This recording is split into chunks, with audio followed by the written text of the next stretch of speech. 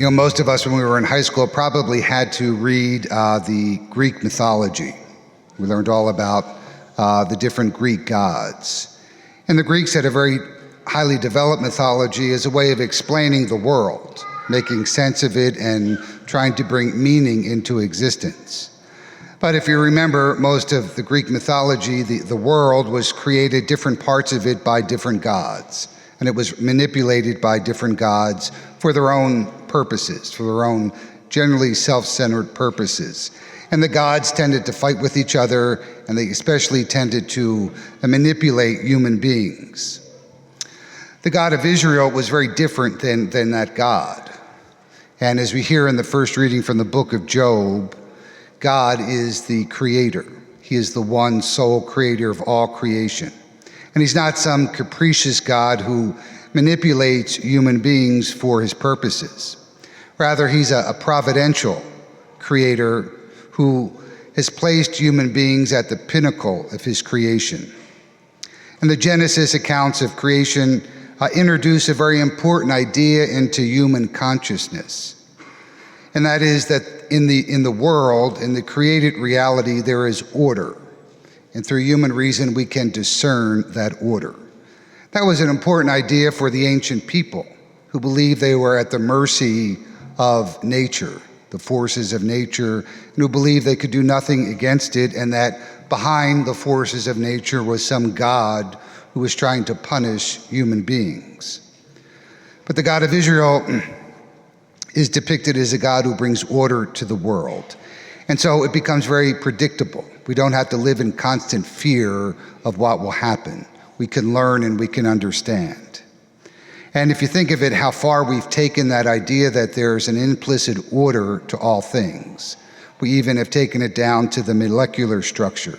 We've discovered DNA that organizes our genes. And so we understand there's an order we might not always understand, especially when it comes to our own lives, but it's there. There's meaning and there's purpose. So God is the authority when it comes to creation. Now in the gospel, we see a second idea.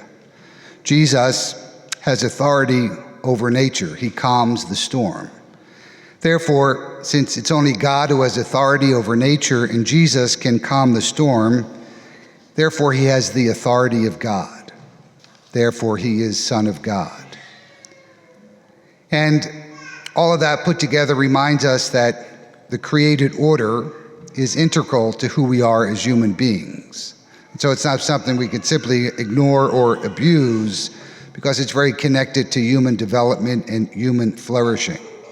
If you simply read the first two chapters of the Bible, the book of Genesis, it shows how connected we are to the created world.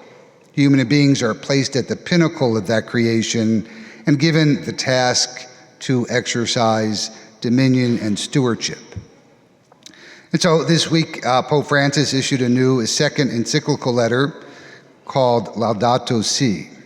Laudato Si is from the Italian, which means be praised.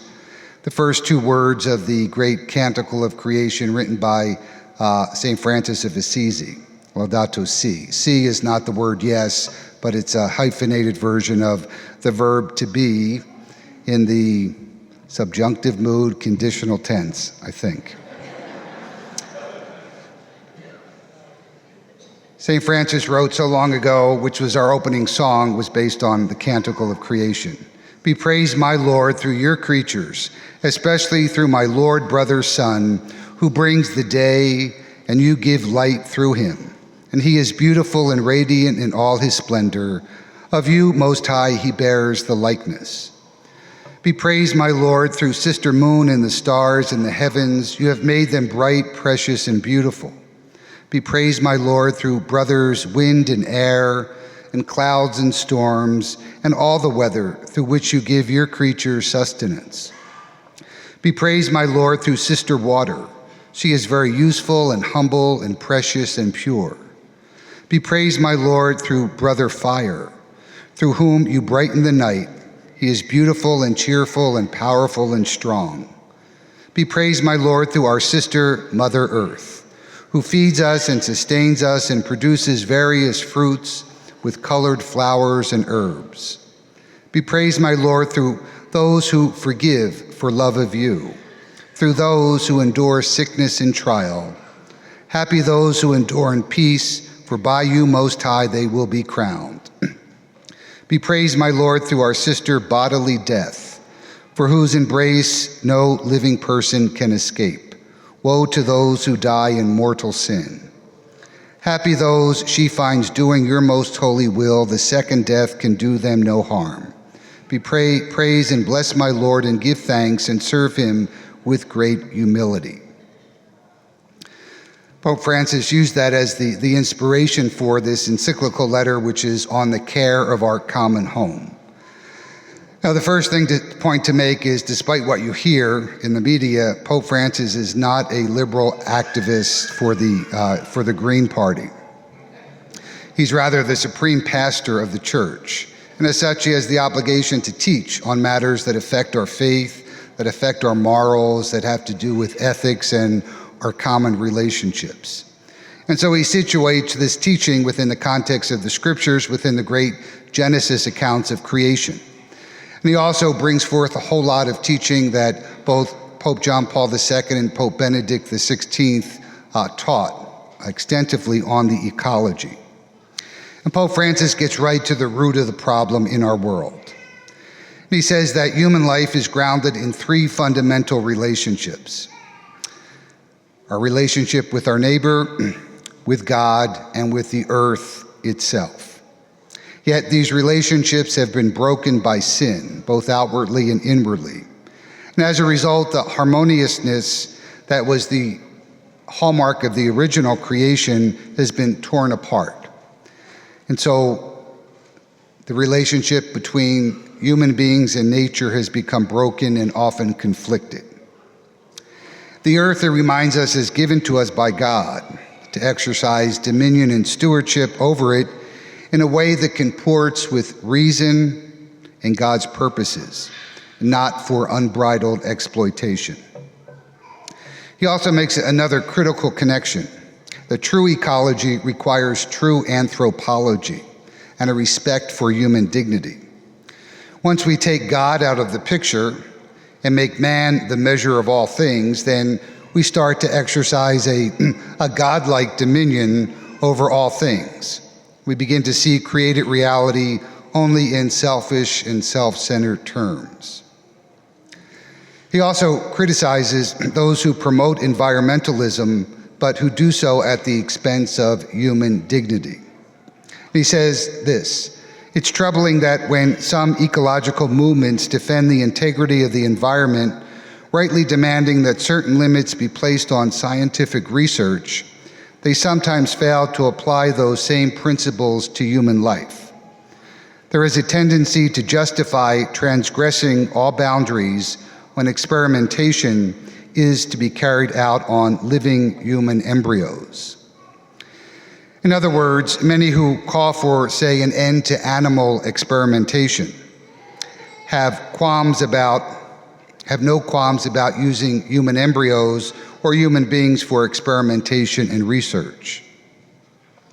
So what Pope Francis does in this letter is he offers a deep sense of communion that we should have with nature, and that the conflict that so often erupts between us and our world requires compassion and concern, not just for the environment, but for our fellow human beings as well.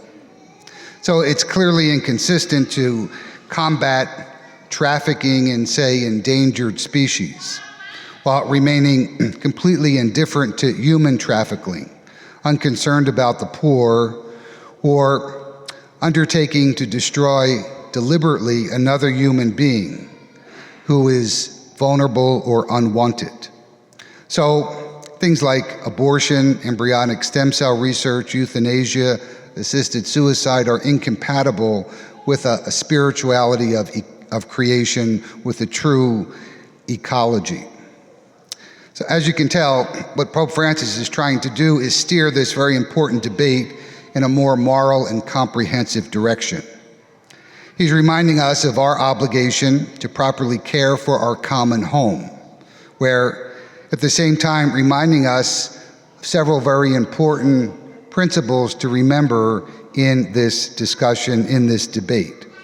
And the first and most important is that we do not worship Mother Earth.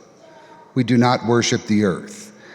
As you hear the debate progressing, you can see many people starting to take that kind of earth worship back on, an ancient pagan practice. And so we have our high priest of the new religion of environmentalism, and we have the deacons, we have heretics, and we have excommunication and all the rest.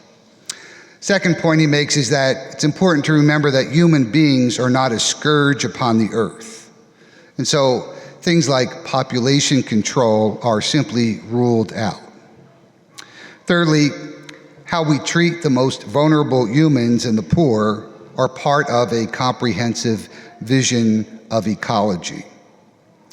Fourth, wrecking the moral ecology, as he calls it, which includes in his vision denying things like the complementarity of male and female, is every bit as reckless as polluting and wrecking the natural ecology.